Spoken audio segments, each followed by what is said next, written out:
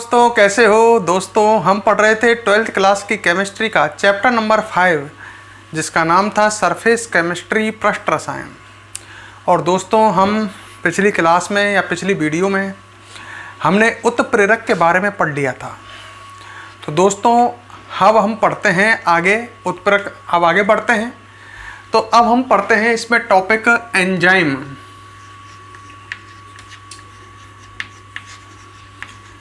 तो आज हम एंजाइम के बारे में पढ़ेंगे।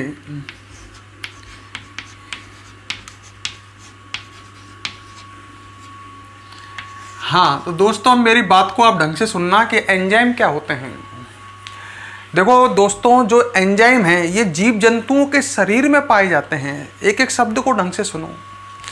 एंजाइम जीव जंतुओं के शरीर के अंदर पाए जाते हैं और हमारे शरीर में जो रासायनिक अभिक्रियाएं चलती हैं, अर्थात जीव जंतुओं के शरीर में जो रासायनिक अभिक्रियाएं चलती हैं, हमारे शरीर के अंदर बहुत सारी रासायनिक अभिक्रियाएं चलती रहती हैं जिन्हें बोलते हैं जैव रासायनिक अभिक्रियाएं।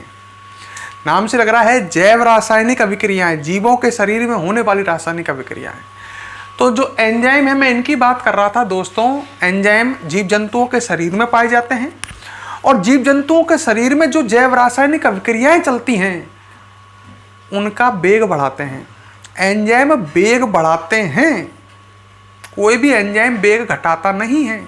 अच्छा, एंजाइम जो होते हैं ये जटिल कार्बनिक अणु हैं।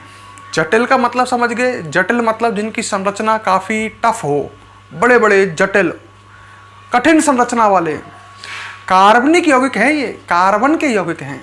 तो अब एक बात में मैंने जो भी बात बोली एंजाइम के बारे में, हम इसे एक साथ कह सकते हैं एंजाइम जीवों के शरीर में पाए जाने वाले जटिल कार्बनिक अणु हैं जो जीवों के शरीर में होने वाली जैव रासायनिक अभिक्रियाओं के वेग में वृद्धि करते हैं। क्लियर? तो पेपर में आए एंजाइम को परिभाषित करना है तो आपको इसी तरह से लिखना है। क्या बोला मैंने? एंजाइम जीवों के शरीर में पाए जाने वाले जटिल कार्बनिक यौगिक हैं। जटिल का मतलब समझ गए, बड़ी बड़ी संरचना वाले कार्बनिक यौगिक हैं जो जीवों के शरीर में होने वाली जैव रासायनिक अभिक्रियाओं का वेग बढ़ाते हैं। तो हम लिख सकते हैं, ठीक है, लिखते हैं। चलो आप भी अभी मत लिखो, आप देखो केवल एंजाइम जीवों के शरीर में पाए जाने वाले, जीवों के शरीर में पाए जाने वाले जटिल कार्बनिक यौगिक हैं। क्लियर? ये लाइन क्लियर? जो जीवों के शरीर में होने वाली, जीवों के शरीर में होने वाली जैव रासायनिक अभिक्रियाओं, हमारे शरीर में जो अभिक्रियाएं चलती हैं उन्हें क्या बोलेंगे? जैव रासायनिक अभिक्रियाओं। होने वाली जैव रासायनिक अभिक्रियाओं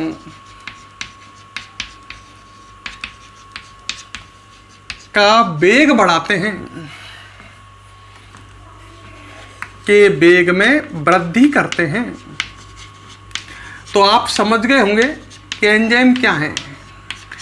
अब मैं पूछूं आपसे, क्या एंजाइम धनात्मक उत्प्रेरक है? आप कहोगे हाँ, क्योंकि धनात्मक उत्प्रेरक भी अभिक्रियाओं का वेग बढ़ाते हैं और एंजाइम भी अभिक्रियाओं का वेग बढ़ाते हैं।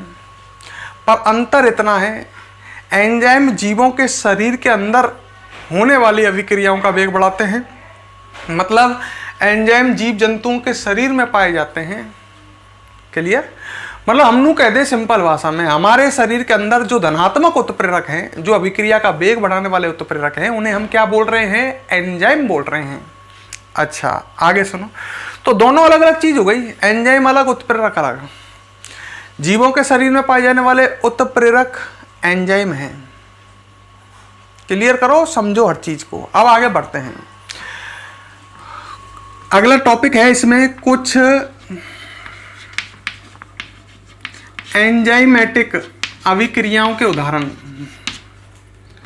बड़े ध्यान से सुनना और जब कहूं तब नोट करना।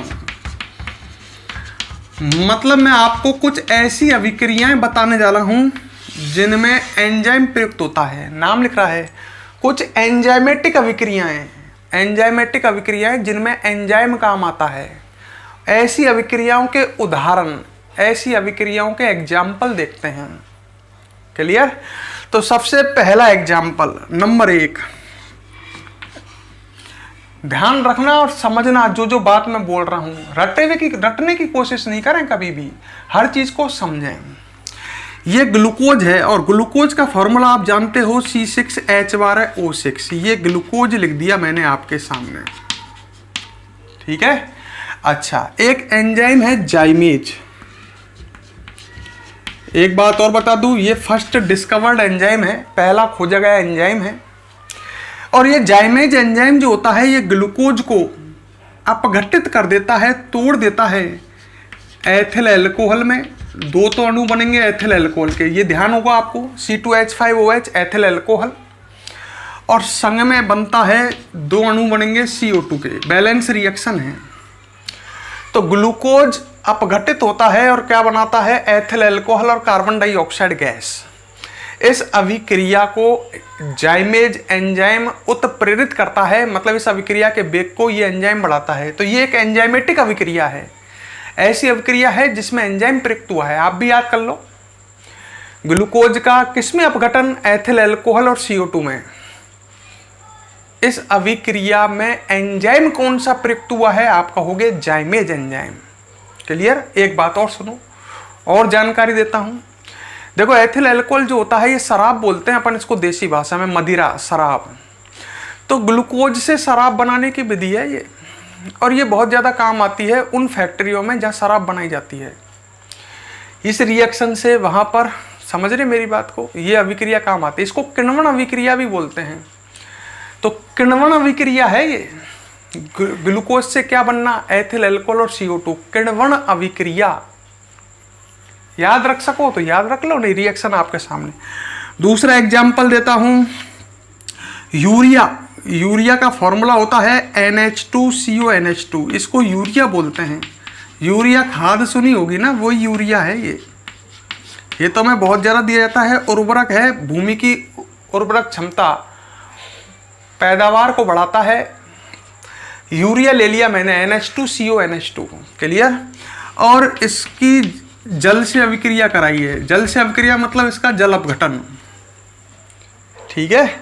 यूरिया का जब जल अपघटन होता है तो उत्पाद बनते हैं।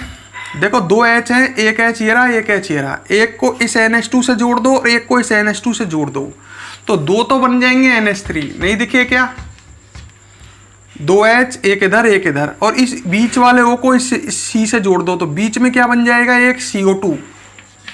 तो 2 अमोनिया और CO2 बने, 2 NH3 अणु और एक CO2 अणु बना। इस अभिक्रिया को उत्प्रेरित करता है एंजाइम यूरिएज एंजाइम।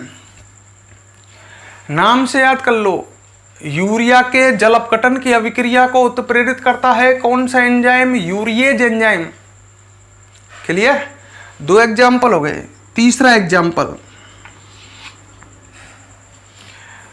ठीक है, स्टार्च लेते हैं। स्टार्च का फॉर्मूला है दोस्तों C6H10O5 का होल N। ये स्टार्च है, नाम तो सुना होगा। जीव ये पेड़ पौधों में पाई जाती है, पेड़ पौधों में ये स्टोर होती है, संग्रहित होती है। पेड़ पौधों के तने वगैरह में, डालियों में ये स्टोर हो जाती है। मतलब इसका निर्माण पेड़ पौधे करते हैं और ये पेड़ पौधों में स्टोर होती है। स्टार्च का फॉर्मूला क्या है, C6H10O5 का होल N। ये स्टार्च है। ये एक बड़ा अणु है इसलिए N लिख रहा है, क्योंकि ये N का मान फिक्स नहीं है। N का मान 50 हो सकता है, 60 हो सकता है। ये एक बड़ा अणु है ये स्टार्च। अच्छा, अब इसकी अभिक्रिया जल से हुई, NH2O। मतलब जैसे यहाँ N का मान 50 है तो 50 ही H2 अणु चाहिए।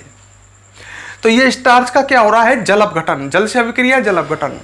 जैसे यहाँ N 50 है तो ये 50, अगर N का मान 100 है तो 100 जल के अणु चाहिए इसको अपघटित करने के लिए। अच्छा, क्या बनेगा, तो स्टार्च के जल अपघटन से बनते हैं दोस्तों, यहां तक कोई समस्या है क्या? पहले ये देख लो, स्टार्च का जल अपघटन जब होता है तो उत्पाद बनते हैं एन अणु C12H22O11 के। और इस शर्करा को, ये एक शर्करा है, इसका नाम है माल्टोज। देखो एक शर्करा ग्लूकोज भी होती है, वो क्या बोलते हैं, सुक्रोज। सुक्रोज का फॉर्मूला भी यही होता है C12H22O11 है, और माल्टोज का फॉर्मूला भी यही होता है C12H22O11, पर दोनों की संरचना अलग अलग होती है। जैसे अपन पढ़ते हैं ग्लूकोज और फ्रक्टोज, ग्लूकोज का फॉर्मूला भी C6H12O6 है, फ्रक्टोज का भी यही है। इसी प्रकार जो सुक्रोज शर्करा है उसका फॉर्मूला भी यही है C12H22O11, और जो माल्टोज शर्करा है उसका फॉर्मूला भी यही है। तो स्टार्च के जल अपघटन से माल्टोज बनती है। बैलेंस रिएक्शन है, देख लो। देखो कार्बन है 6N, C6 और N लग रहा है 6N। एक चीज और, आगे 2 लगाना पड़ेगा मुझे। कार्बन हो गए 6N और आगे 2 लग गया तो 12N, इधर भी 12N है, सही है। हाइड्रोजन गिनते हैं, 10N तो ये हो गए, 10 दूनी 20, 20N तो ये हो गए, और 2 ये हो गए 22N, इधर भी 22N है। ऑक्सीजन 5 दूनी 10 और 1 11N, इधर भी 11N। अब बैलेंस है ये। तो आप तो ये याद रखो ना कि स्टार्च के जल अपघटन से माल्टोज बनता है, और इस अभिक्रिया को उत्प्रेरित करता है एंजाइम डायस्टेज। कौन सा एंजाइम दोस्तों? डायस्टेज, आधा से लिखा हुआ है बीच में, डायस्टेज एंजाइम। क्लियर? तो आपने ऐसे याद रखो ना, सबसे पहले बताया मैंने जाइमेज एंजाइम, रिएक्शन को रटो नहीं, याद करो। जाइमेज एंजाइम दिमाग में याद करो तुरंत कि ये ग्लूकोज को अपघटित करती है किसमें?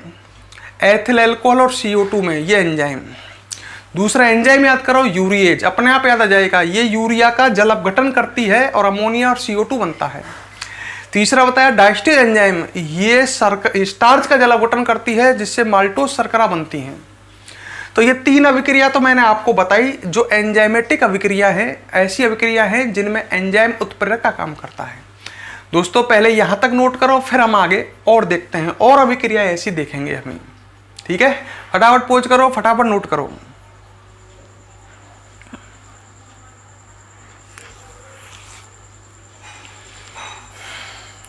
कर लिया? और देखते हैं, 3 अभिक्रियाएं हम देख चुके हैं, तो कुछ एंजाइमेटिक अभिक्रियाएं चल रही हैं। अब आती है नंबर 4, इसको मिटा रहा हूं कंप्लीट।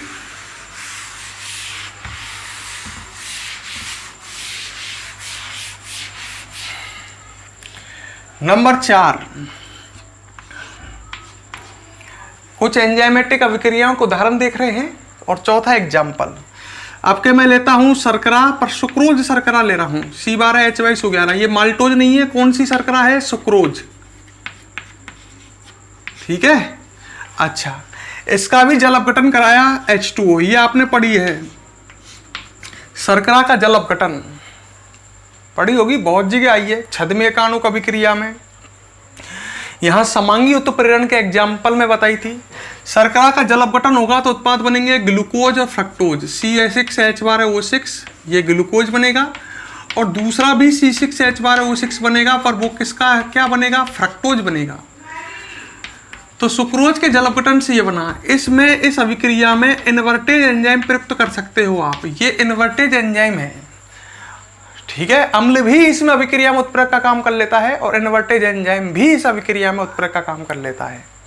ठीक है, तो इस सुक्रोज के जल अपघटन से ग्लूकोज और फ्रक्टोज, यहां पर अपन अम्ल भी काम में ले सकते हैं H2SO4, और इन्वर्टेज एंजाइम भी प्रयुक्त कर सकते हैं। तो हमारे शरीर के अंदर जब ये चलेगी तो इन्वर्टेज एंजाइम काम आएगा, वहां H2SO4 थोड़ी धरा है। सही है। अच्छा, नंबर 5, मैंने एथिल अल्कोहल लिया C2H5OH, और इसकी अभिक्रिया ऑक्सीजन गैस से कराई है। दोस्तों कौन सी गैस से? ऑक्सीजन गैस से। उत्पाद बन रहा है एसिटिक अम्ल CH3C=OH। ध्यान होगा ये एसिटिक अम्ल है, और संग में बन रहा है H2O, बैलेंस रिएक्शन है। ठीक है, तो ये अभिक्रिया जो आपको सामने दिख रही है ब्लैक बोर्ड पर, यहां पर क्या हो रहा है? एथिल अल्कोहल ऑक्सीजन गैस से क्रिया करके एसिटिक अम्ल और जल बना रहा है। इस अभिक्रिया को उत्प्रेरित करता है माइकोडर्मा एसिटाई। कौन करता है? Mycoderma aceti. बेटा वो गल्ले सोचते हैं कि ये एंजाइम है, एंजाइम ही होना चाहिए जब एंजाइमेटिक अभिक्रिया चल रही है। हकीकत यह है कि ये एंजाइम नहीं है, ये एक सूक्ष्म जीव है, बैक्टीरिया। और वो उसका नाम लिखा है मैंने, मतलब उस बैक्टीरिया के द्वारा स्रावित एंजाइम इस अभिक्रिया को उत्प्रेरित करता है, पर अपनी बुक में उस एंजाइम का नाम नहीं है, उस बैक्टीरिया का नाम है। तो हमने ये बैक्टीरिया लिखा है। वास्तविकता क्या है समझ गए कि इस बैक्टीरिया द्वारा स्रावित एंजाइम इस अभिक्रिया को उत्प्रेरित करता है।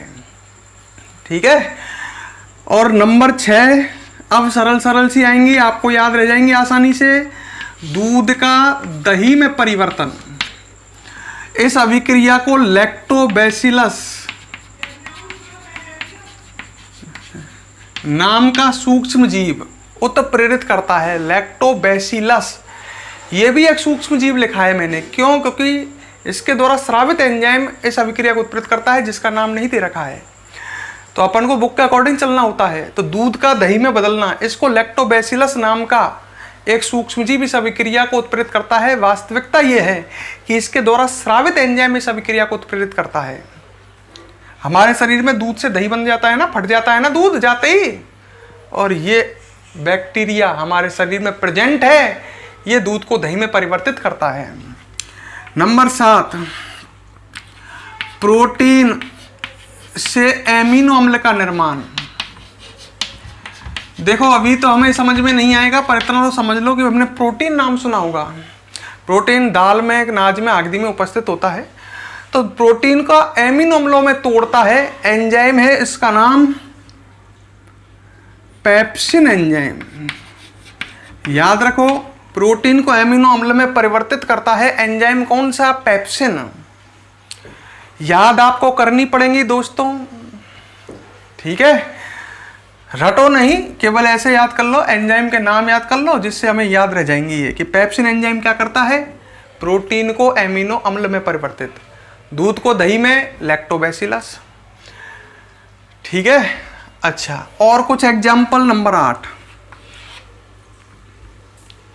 स्टार्च। ठीक है, स्टार्च का माल्टोज में परिवर्तन है, वही स्टार्च का जल अपघटन वाली अभिक्रिया है।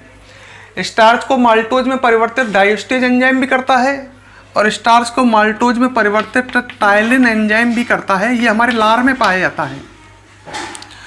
नंबर 9 स्टार्च का, ये याद ही करनी पड़ेगी आपको, स्टार्च का ग्लूकोज में परिवर्तन। देखो माल्टोज से आगे ग्लूकोज बन जाता है, तो स्टार्च से माल्टोज और फिर माल्टोज से ग्लूकोज। तो स्टार्च से ग्लूकोज बनने की अभिक्रिया को उत्प्रेरित करता है एमाइलेज एंजाइम। कौन सा एंजाइम उत्प्रेरित करता है दोस्तों? Amylase enzyme. तो अब ये याद करो लास्ट वाली, दूध को दही में लैक्टोबैसिलस, प्रोटीन को एमिनो अम्ल में पेप्सिन, स्टार्च को माल्टोज में या तो डायस्टेज या टाइलिन, स्टार्च को ग्लूकोज में परिवर्तित करता है एमाइलेज एंजाइम। ऐसे कैसे याद रखो? ठीक है, याद कर लो, हो जाए तो बहुत बढ़िया है, नहीं तो इसमें से कम 2-3 एग्जाम्पल तो याद कर ही लेना, ज़्यादा बेस्ट है ना। पोज करो, वीडियो को नोट करो।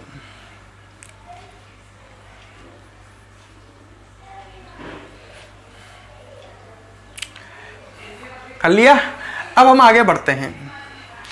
अब हम बात करते हैं,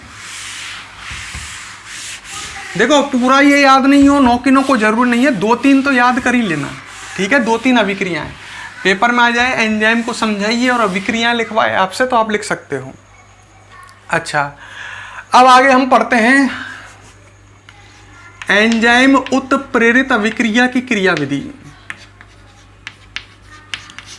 एंजाइम उत्प्रेरित अभिक्रिया की क्रियाविधि। पूरे टॉपिक को ढंग से समझना, यह है पूछे जाने लायक टॉपिक इस एंजाइम वाले टॉपिक में से। मतलब जो आप एंजाइम वाला पोर्शन पढ़ रहे हैं, इसमें से यह पूछा जा सकता है एंजाइम उत्प्रेरित अभिक्रिया की क्रियाविधि। अब मेरी बात सुनो तसल्ली से। एंजाइम उत्प्रेरित अभिक्रिया की जो क्रिया विधि है दोस्तों, ये क्रिया विधि, इसका मतलब समझो आप। पहले कोई ऐसी अभिक्रिया है जिसमें एंजाइम प्रयुक्त हुआ है, जैसे अभी अपन ने 9 अभिक्रियाएं देखी थी, तो ऐसी अभिक्रिया की क्रिया विधि, मतलब वो अभिक्रिया किस तरह से होती है वो हमें समझना है। ठीक है, अब मेरी बात सुनो। एंजाइम उत्प्रेरित अभिक्रिया की क्रिया विधि 3 पदों में होती है। कितने पदों में? 3 पदों में होती है। मतलब एंजाइम उत्प्रेरित अभिक्रिया जो है वो 3 पदों में संपन्न होती है। पहले पद में क्या होता है, जो एंजाइम है, देखो ये एंजाइम मान लो, पहला पद मैं लिख रहा हूं, ढंग से समझना, पहले समझो। ये एंजाइम है, एंजाइम, ठीक है, और ये एंजाइम का सक्रिय स्थल है। सक्रिय स्थल का मतलब समझ जाओ, वह भाग जहां मुक्त संयोजकताएं होती हैं, है ना। तो ये एंजाइम है और ये क्रिया कारक है।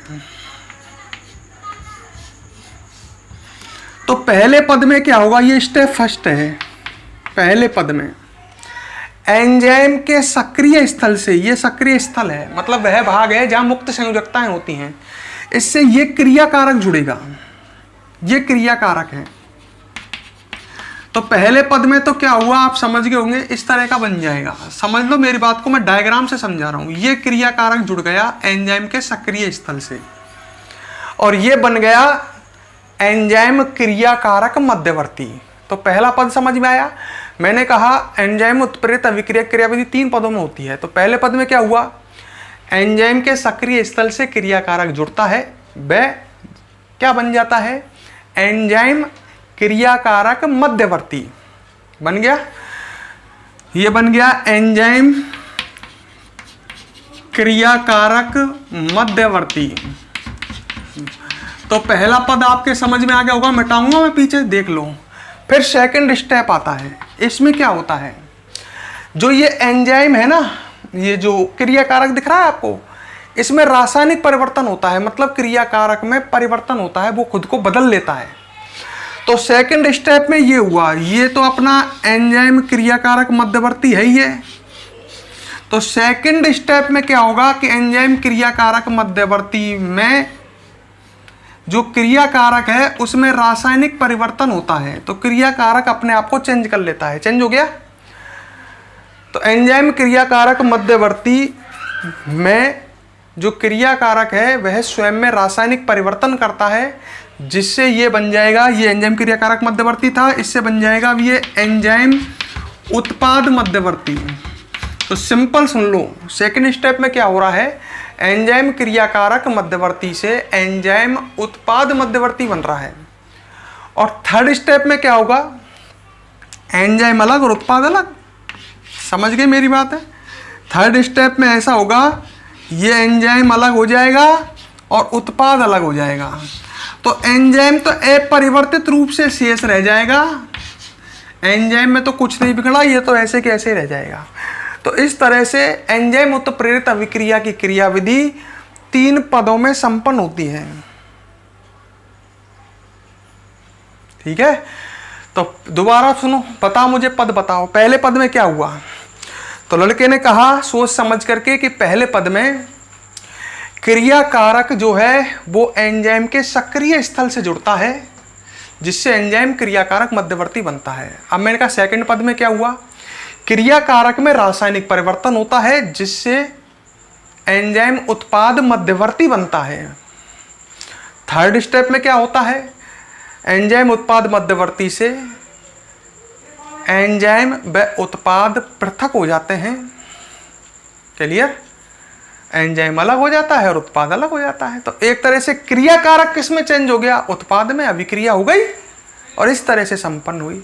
तो अब इसको हम भाषा में लिख सकते हैं, मिटा रहा हूं, समझ में आया हो तो अब हम इसी तरह से लिखेंगे जिस तरह से हमने समझा है। तो हम लिखेंगे एंजाइम उत्प्रेरित अभिक्रिया, एंजाइम उत्प्रेरित अभिक्रिया की क्रिया विधि, अभिक्रिया की क्रिया विधि 3 पदों में संपन्न होती है। 3 पदों में संपन्न होती है। हाँ, आगे बताओ। प्रथम पद में क्या होता है? प्रथम पद में क्रियाकारक एंजाइम के सक्रिय स्थल से जुड़ता है।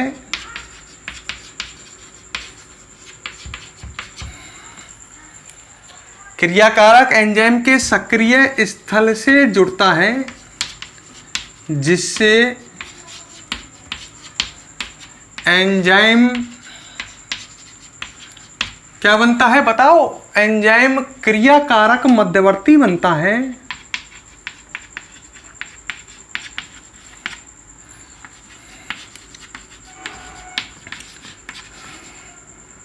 क्लियर? अच्छा, ये तो पहला पद हो गया। दूसरे पद में क्या होता है? एंजाइम में रासायनिक, उसमें क्रियाकारक में रासायनिक परिवर्तन होता है, जिससे एंजाइम उत्पाद मध्यवर्ती बनता है। ठीक है, तो हम लिख सकते हैं द्वितीय पद में क्रियाकारक में जो समझा है अपन डिट्टो वही लिख रहे हैं। क्रियाकारक में रासायनिक परिवर्तन होने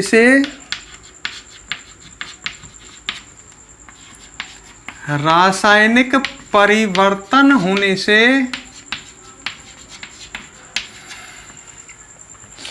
एंजाइम उत्पाद मध्यवर्ती बनता है।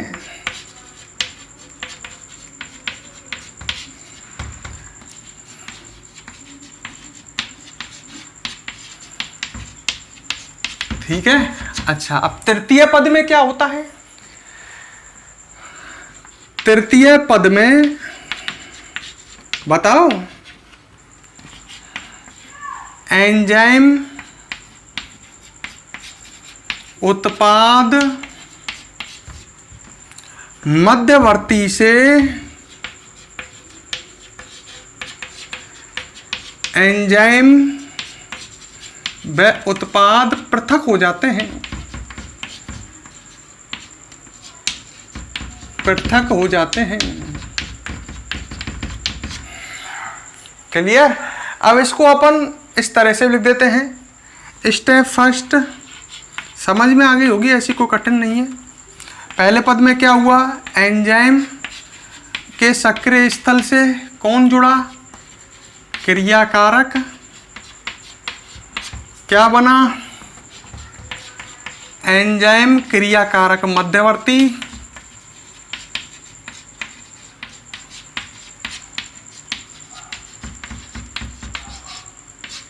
ठीक है। स्टेप सेकंड बताओ फटाफट क्या हुआ? एंजाइम क्रियाकारक मध्यवर्ती जो था, एंजाइम क्रियाकारक मध्यवर्ती जो था, इसमें एंजाइम में रासायनिक, उसमें क्रियाकारक में रासायनिक परिवर्तन हुआ, जिससे क्या बन जाता है? एंजाइम उत्पाद मध्यवर्ती। पेपर में आ सकता है, ये इंपॉर्टेंट है इसमें, एंजाइम वाले टॉपिक में। स्टेप थर्ड तीसरे पद में क्या हुआ? एंजाइम उत्पाद जो मध्यवर्ती है, एंजाइम उत्पाद जो मध्यवर्ती है, इससे एंजाइम अलग हो जाता है और उत्पाद अलग हो जाता है। तो आपके समझ में आ गई होगी, कोई कठिन नहीं है। तो वीडियो को पॉज करके दोस्तों फटाफट इसे नोट करो, फिर आगे बढ़ते हैं। मैं आज एक ही वीडियो डालूंगा, इससे मुझे बाद में यूँ कहीं कहें कि साहब आपने दूसरी वीडियो नहीं डाली आज, पर ये वीडियो में कंप्लीट एंजाइम पढ़ लेंगे हम। ठीक है, इसलिए इसकी एक ही वीडियो बना रहे हैं पूरे की। इसको नोट करो, वीडियो को लास्ट तक देखना, बीच में मत छोड़ना, क्योंकि एंजाइम टॉपिक पूरा क्लियर होना चाहिए हमारे। पॉज करके नोट करो।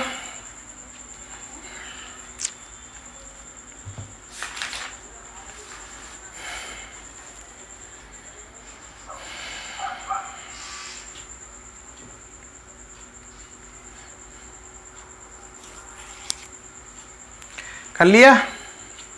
देखो इधर, अब आगे समझना। कई सोच रहे हैं क्रियाविधि पूरी हो गई है, हाँ हो गई है, पर इसमें कुछ बातें और देखते हैं हम आगे। अच्छा, अब ये जो मैंने क्रियाविधि समझाई आपको, एंजाइम उत्प्रेरित अभिक्रिया की क्रियाविधि, इसको मैं अलग तरह से और समझाता हूं, और मैं इसको समझाने जा रहा हूं ताला चाबी सिद्धांत से। ठीक है, तो मेरी बात को सुनो और समझो, ढंग से समझना, इंटरेस्टिंग टॉपिक आएगा अब। एंजाइम उत्प्रेरित अभिक्रिया की क्रियाविधि को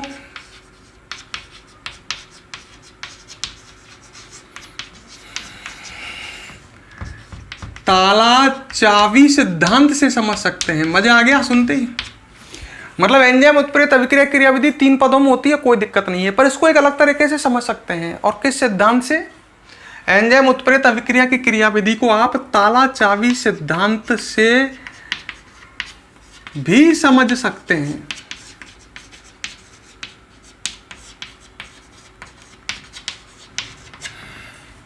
कौन सिद्धांत से समझ सकते हैं? ताला चाबी सिद्धांत से।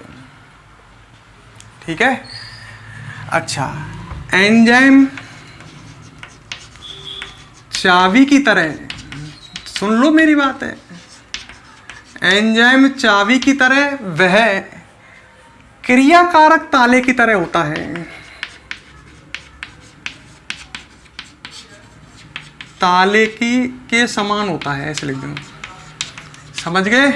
तो ताला चाबी सिद्धांत जो है, इसमें ताला कौन है? क्रियाकारक। पहली बात तो ये याद रखो। चाबी कौन है? एंजाइम। ठीक है, अब बात को नीचे समझो।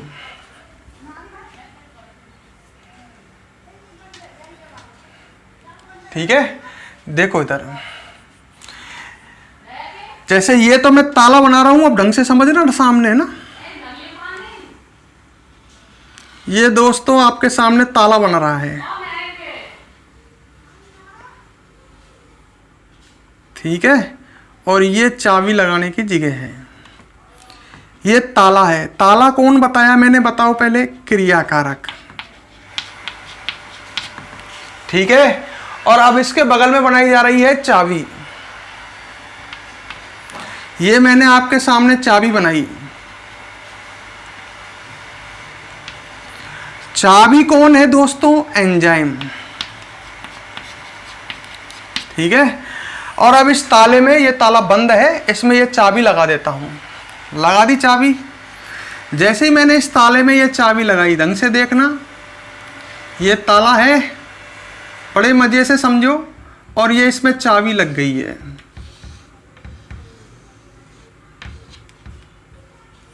लग गई? अच्छा, तो ये हो गया स्टेप फर्स्ट, क्रियाकारक एंजाइम। ये क्रिया का एंजाइम और ये आपस में जुड़ गए, और ये बन गया एंजाइम क्रियाकारक मध्यवर्ती। मैंने तरीका चेंज कर दिया है, वही मैंने कहा कि एंजाइम की क्रियाविधि जो है, एंजाइम उत्प्रेरित अभिक्रिया क्रियाविधि 3 पदों में होगी, पर मैं अब ताले और चाबी की सहायता से इसे समझा रहा हूं। ये क्या बन गया? एंजाइम क्रियाकारक मध्यवर्ती बन गया। अच्छा, चाबी ने अपना खेल दिखाया, ये लो चाबी घूम गई, तो ये ताला खुल जाएगा।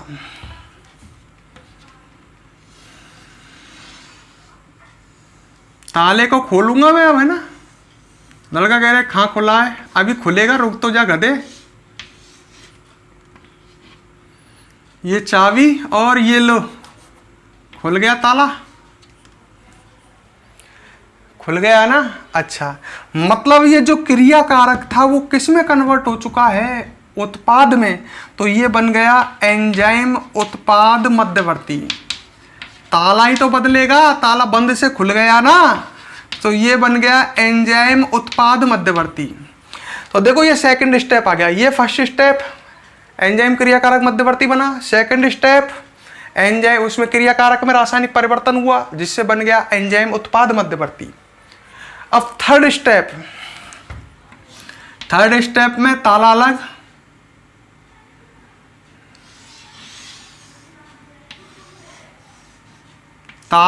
पर ताला कैसा है? खुला हुआ। ताला अलग और चाबी अलग। मतलब खुला हुआ ताला कौन है? उत्पाद। और चाबी एंजाइम। चाबी तो वैसी की वैसी रहेगी ना, रहेगी। तो एंजाइम तो अपरिवर्तित रूप से शेष रह जाएगा। एक उत्प्रेरक ही तो है, ये उत्प्रेरक अंत में अपरिवर्तित रूप से शेष रह जाता है। तो देखो कितने इंटरेस्टिंग तरीके से हमने ताले और चाबी से वही 3 पद, पहला पद यहाँ तक, दूसरा पद, और अंत में एंजाइम उत्पाद मध्यवर्ती से बने उत्पाद और एंजाइम, ये 3rd स्टेप।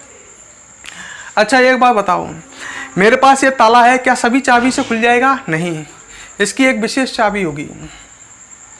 हमें पता है प्रत्येक ताला, मतलब मैं ये कह सकता हूँ प्रत्येक ताले की एक विशेष चाबी होती है? इसी प्रकार प्रत्येक एंजाइम एक विशेष क्रिया कारक से ही क्रिया करता है। अरे ये इसी चाबी से यही ताला खुलेगा, हर कोई ताला नहीं खुलेगा। मतलब ये जो चाबी एक विशेष ताले में लगेगी, मतलब एंजाइम जो है वो एक विशेष क्रिया कारक से ही क्रिया करेगा, हर किसी से नहीं। अरे ऐसा होता तो सोचो, यूरिया के जल अपघटन की अभिक्रिया में यूरिएज एंजाइम लिया हमने, जाइमेज ले लेते, वो जाइमेज वहां काम नहीं करेगा, यूरिएज करेगा। मतलब यूरिएज एंजाइम ही यूरिया और से क्रिया करेगा, हर कोई नहीं। मतलब प्रत्येक एंजाइम एक विशेष क्रिया कारक से ही क्रिया करता है, हर किसी से नहीं। इसलिए जब हमने पहली पढ़ी एथिल एल्कोहल, ग्लूकोज से एथिल एल्कोहल बना, तो वहाँ जाइमेज ही काम करेगा, वहाँ यूरिएज नहीं करेगा। हम एक बात और लिख सकते हैं, जिस प्रकार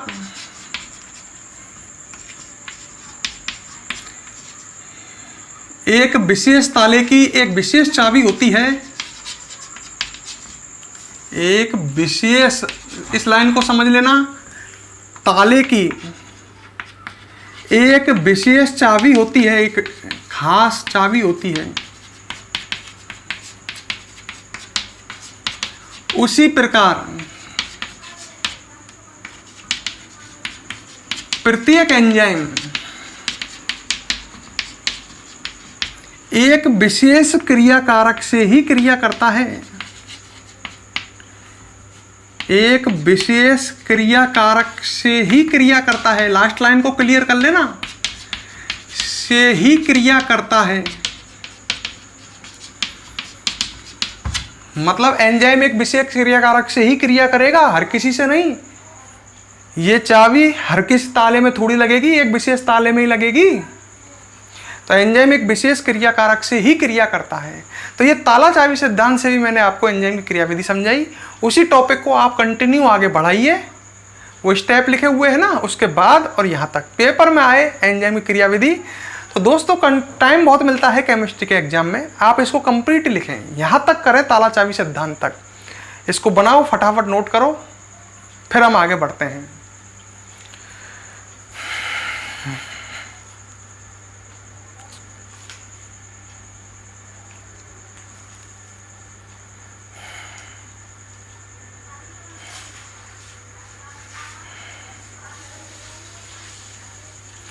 हाँ, अब इसमें लास्ट टॉपिक एंजाइम में, ठीक है। तो हमने सबसे पहले एंजाइम क्या होता है ये जाना था, फिर कुछ एंजाइमेटिक अभिक्रियाओं के उदाहरण देखे थे, फिर एंजाइम की क्रियाविधि पढ़ी है, और लास्ट में पढ़ रहे हैं एंजाइम के गुण।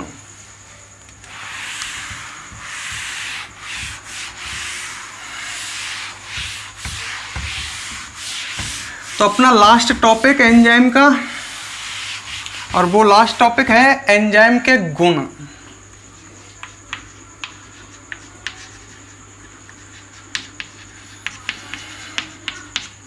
प्रॉपर्टीज ऑफ एंजाइम, और इसको समझ लो लास्ट टॉपिक है। वीडियो को कंप्लीट देखें, पूरी एक वीडियो में कंप्लीट एंजाइम, ठीक है। मतलब अपन ने ये पूरा टॉपिक एक शॉर्ट में कंप्लीट किया है आज। तो एंजाइम के गुण, पहला गुण सर्वाधिक प्रभावी। समझ के हर चीज को, इसका मतलब क्या है, ये सबसे अधिक प्रभावी, सबसे अधिक जोरदार है। प्रभावी वो होता है जो ताकतवर होता है, जोरदार है, सबसे अधिक प्रभाव रखते हैं, ताकतवर हैं। मतलब क्या है, देखो एक धनात्मक उत्प्रेरक होते हैं, ये भी अभिक्रिया का वेग बढ़ाते हैं और ये भी अभिक्रिया का वेग बढ़ाते हैं। कौन? एंजाइम। एंजाइम मैच करते हैं धनात्मक उत्प्रेरक से, ठीक है, पर एंजाइम अभिक्रिया का वेग को अत्यधिक तीव्र कर देते हैं। एंजाइम जैव रासायनिक अभिक्रिया के वेग को अत्यधिक तीव्र कर देते हैं। एंजाइम अभिक्रिया के वेग को 10 लाख गुना तक तीव्र कर सकते हैं, 10 लाख गुना फास्ट कर सकते हैं। तो बताओ सबसे ज्यादा प्रभावी मतलब ताकतवर पदार्थ यही तो है। तुलना उत्प्रेरक से हो रही है कि सर्वाधिक प्रभावी, जोरदार प्रभाव है इनका, अभिक्रिया में आ गए धमाका कर देंगे। अभिक्रिया के वेग को थोड़ा बहुत नहीं 10 लाख गुना तक तीव्र कर सकते हैं। तो इनसे ज्यादा प्रभावी कौन है? इसलिए एंजाइम का गुण लिखा है मैंने, सर्वाधिक प्रभावी, बहुत जोरदार। समझ गए?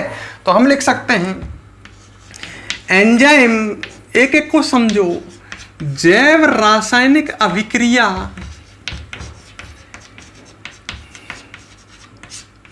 के वेग को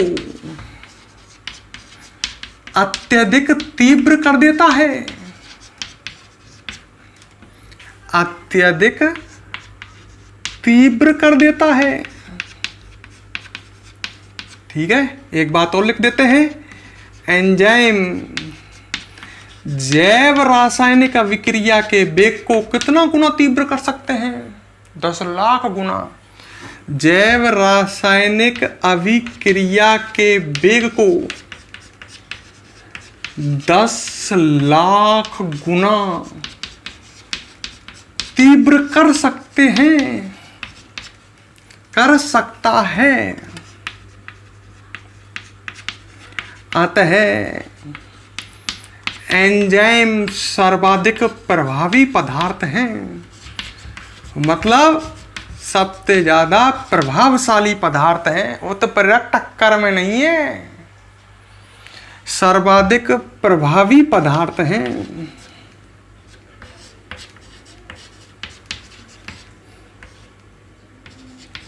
अच्छा, तो पहला गुण पढ़ लिया हमने। दूसरा गुण, सूक्ष्म मात्रा में आवश्यकता।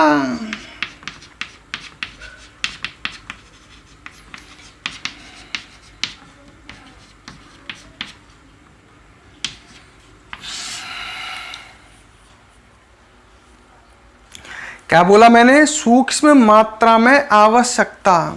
सुनो पहले मेरी बात को। जैव रासायनिक अभिक्रिया है कोई, उसमें एंजाइम की सूक्ष्म मात्रा में आवश्यकता होती है, ज्यादा नहीं चाहिए एंजाइम। क्यों? क्योंकि वही एंजाइम बार बार काम आता रहता है। भाई तुम ध्यान करो, एंजाइम उत्प्रेरित अभिक्रिया क्रियाविधि बताई, लास्ट में एंजाइम अपरिवर्तित रूप से शेष रह जाता है ना। तो बताओ एंजाइम ज्यादा चाहिए क्या? नहीं चाहिए। तो हम कह सकते हैं एंजाइम की जैव रासायनिक अभिक्रिया में, जैव रासायनिक अभिक्रिया में सूक्ष्म मात्रा में आवश्यकता होती है। ठीक है, सूक्ष्म मात्रा में आवश्यकता, थोड़ी सी मात्रा चाहिए इसकी। अच्छा, और सुनो, एंजाइम के गुण है। 1 मोल एंजाइम का, मैं ये लिख रहा हूं इसको ढंग से सुनना, 1 मोल एंजाइम का 1/10⁶ भाग। तो ये बहुत कम हो गया ना। 1 मोल एंजाइम का कितना भाग लिया है? 1/10⁶ भाग। इतना सा एंजाइम लिया है, 1 मोल का 1/10⁶ भाग, थोड़ा सा चिन्ना सा एंजाइम। अभिक्रिया के वेग को 10⁻³ से 10⁻6 गुना तीव्र कर देता है, तीव्र कर देता है। ओहो, मतलब 10 की पावर 3 से 10 की पावर 6 गुना तीव्र कर दे 900 एंजाइम। कोई जैव रासायनिक अभिक्रिया में थोड़ा सा एंजाइम डाल दियो ना, तो अभिक्रिया के वेग को 10 की पावर 3 से 10, तो तुम समझ गए होंगे एंजाइम की अभिक्रिया में सूक्ष्म मात्रा की क्या होती है आवश्यकता। नंबर 3 गुण विशिष्ट प्रकृति। ये तो आप जानते हो एंजाइम की प्रकृति विशिष्ट होती है, मतलब एक विशेष एंजाइम एक विशेष क्रिया कारक से ही क्रिया करता है, प्रत्येक से नहीं। अभी तालाचाइव सिद्धांत में बोला था। तो जब एंजाइम एक विशेष क्रिया कारक से क्रिया करेगा, हर किसी से नहीं कर रहा, तो एंजाइम खास नहीं है क्या? एंजाइम खास कब नहीं होता? ये एंजाइम हर कोई क्रिया कारक से क्रिया करता हो। तो समझ गए मेरी बात? तो एंजाइम एक विशेष क्रिया कारक से ही क्रिया करता है। यही लाइन लिखता हूं, एंजाइम एक विशेष क्रिया कारक से ही क्रिया करता है। वही लाइन है जो तालाचाइव सिद्धांत में लिखी थी, क्रिया कारक से ही क्रिया करता है, अतः एंजाइम की प्रकृति विशिष्ट होती है, खास होती है। एंजाइम की प्रकृति विशिष्ट होती है। समझ लो, एक एक चीज को रटो नहीं, विशिष्ट होती है, स्पेशल।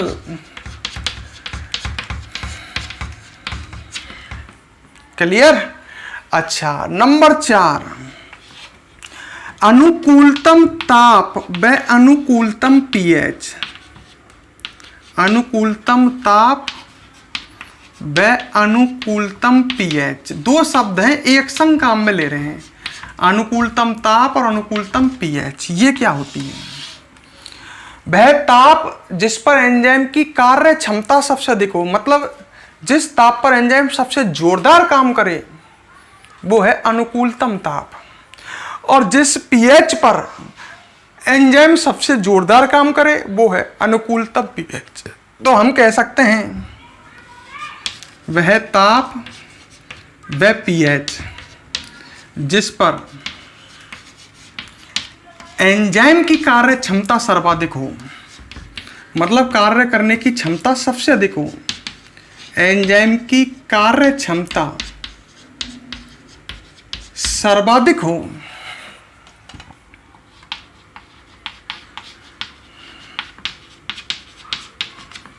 वह ताप व पीएच जिस पर एंजाइम की कार्य क्षमता सर्वाधिक हो, कोमा अनुकूलतम ताप, मैं एक संग लिख रहा हूं, वह पीएच कहलाती है। अनुकूलतम ताप व अनुकूलतम पीएच कहलाती है। समझ गए? अच्छा, जिसका मान मानव शरीर के लिए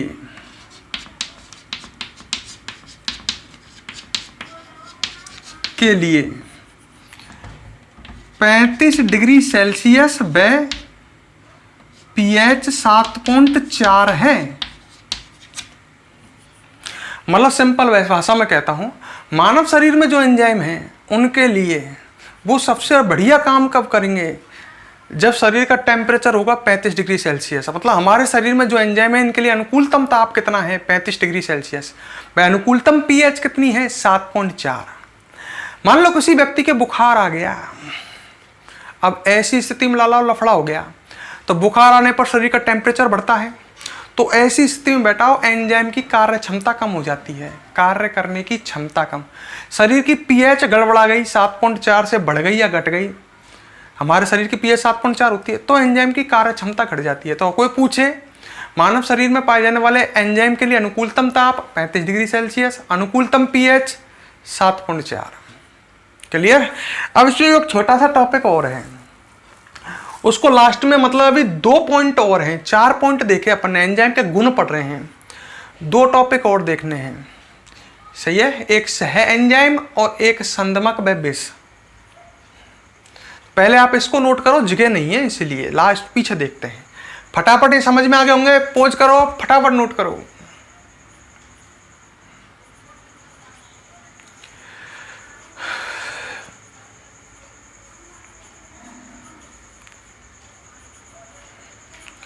वीडियो 49 मिनट की हो चुकी है दोस्तों, 2 और पढ़ लो। ठीक है, मिटाता हूं। फिर एंजाइम टॉपिक कंप्लीट हो जाएगा।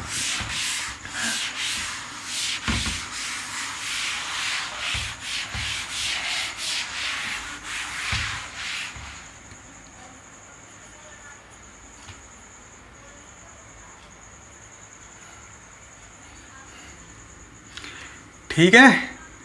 अच्छा, अब आते हैं हम लास्ट नंबर 5 पर। 5वां गुण मैंने बोला सह एंजाइम, इसको इंग्लिश में बोलेंगे को एंजाइम।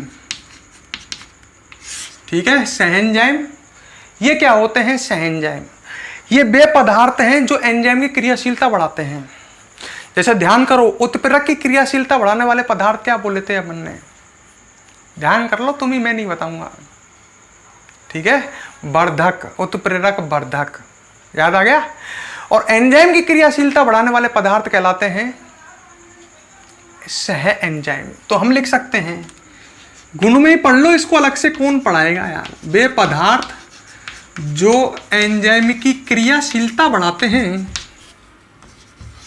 एंजाइम की क्रियाशीलता बढ़ाते हैं,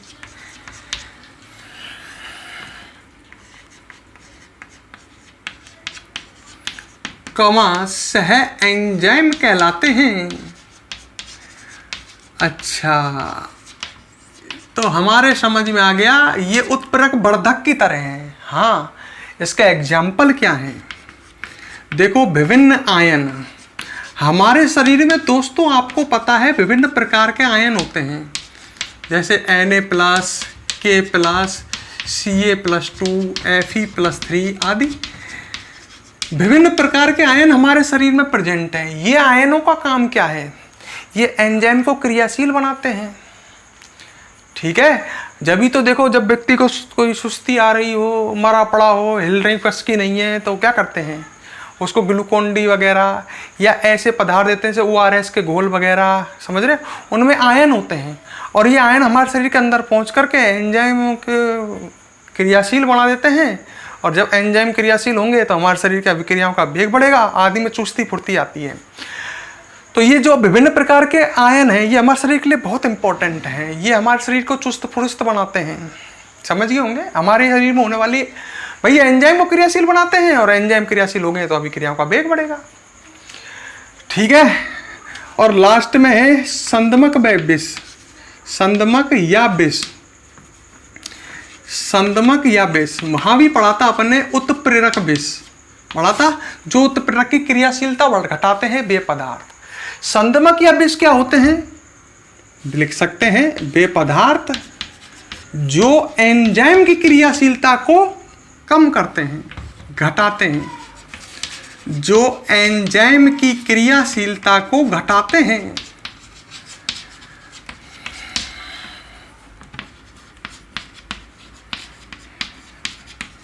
क्या कहलाते हैं? संदमक या विष। ये उत्प्रेरकों में जो उत्प्रेरक विष पड़े थे ना, उसकी तरह हैं। संदमक या विष कहलाते हैं। और इसके एग्जाम्पल बताऊं तुम्हें? 2 एग्जाम्पल याद रख लेना। HCN व CO, कार्बन मोनोऑक्साइड। आपने पढ़ा होगा कार्बन मोनोऑक्साइड के कारण व्यक्ति की मृत्यु हो जाती है, पढ़ा है ना, आदि। देखो, तो उसमें होता क्या है कि ये विष का काम करता है ना, तो शरीर की अभिक्रियाएं धीरे धीरे बंद हो जाती हैं, और बंद हो जाएंगी तो शरीर बंद हो जाएगा।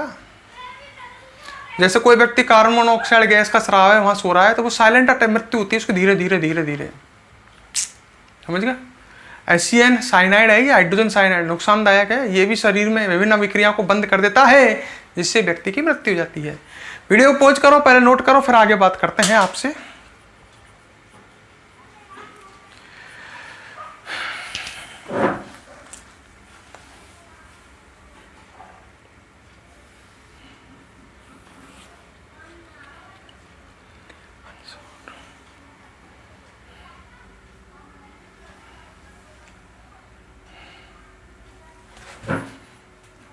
ठीक है दोस्तों, अगर ये वीडियो आपको पसंद आई हो तो आपसे रिक्वेस्ट है, वीडियो को लाइक करें और वीडियो पर कमेंट करें, संग संग पढ़ें, लापरवाही नहीं दें। मेरी सलाह यही रहेगी। हम भी आपके लिए इतनी मेहनत कर रहे हैं, आप भी मेहनत कीजिए। ये नहीं कि मौज मार रहे हैं हम, नहीं दोस्तों, संग संग मेहनत करो। वीडियो पसंद आए तो लाइक और कमेंट जरूर किया करो, क्योंकि आपके लाइक के भरोसे चलती है सरकार। ठीक है, अब आपसे कल मिलेंगे, क्योंकि आज की वीडियो तो कंप्लीट हो चुकी है। एक ही वीडियो डालूंगा, मैं पहले ही कह चुका हूँ। Good morning all student. अब आपसे मिलते हैं नेक्स्ट डे।